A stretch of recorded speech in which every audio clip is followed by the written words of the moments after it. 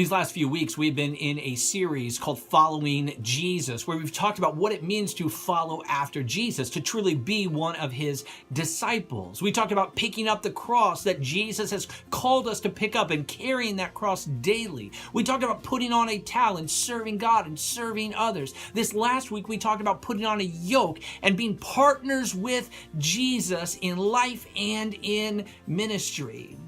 After this last Sunday's message, I received a number of phone calls talking about putting on this yoke. And people said to me, yes, of course we walk as partners with Jesus, and yet we are still bound to him. We cannot go further than he allows us to go. We cannot go faster than he allows us to go. And while that's true, I began to hear this message of slavery, as if we are enslaved to Jesus. And it brought to mind this passage in Galatians where it says we are not bound with a yoke of slavery any longer. We are set free. As the Apostle John said, we are free, free indeed. We are free in Jesus. We are free through the Holy Spirit.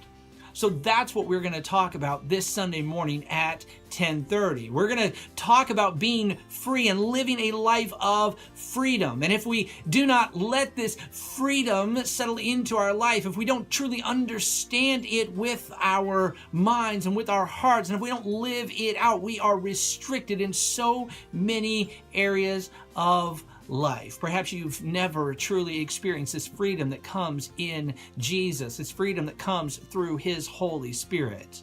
So I invite you to join us this Sunday morning at 10:30.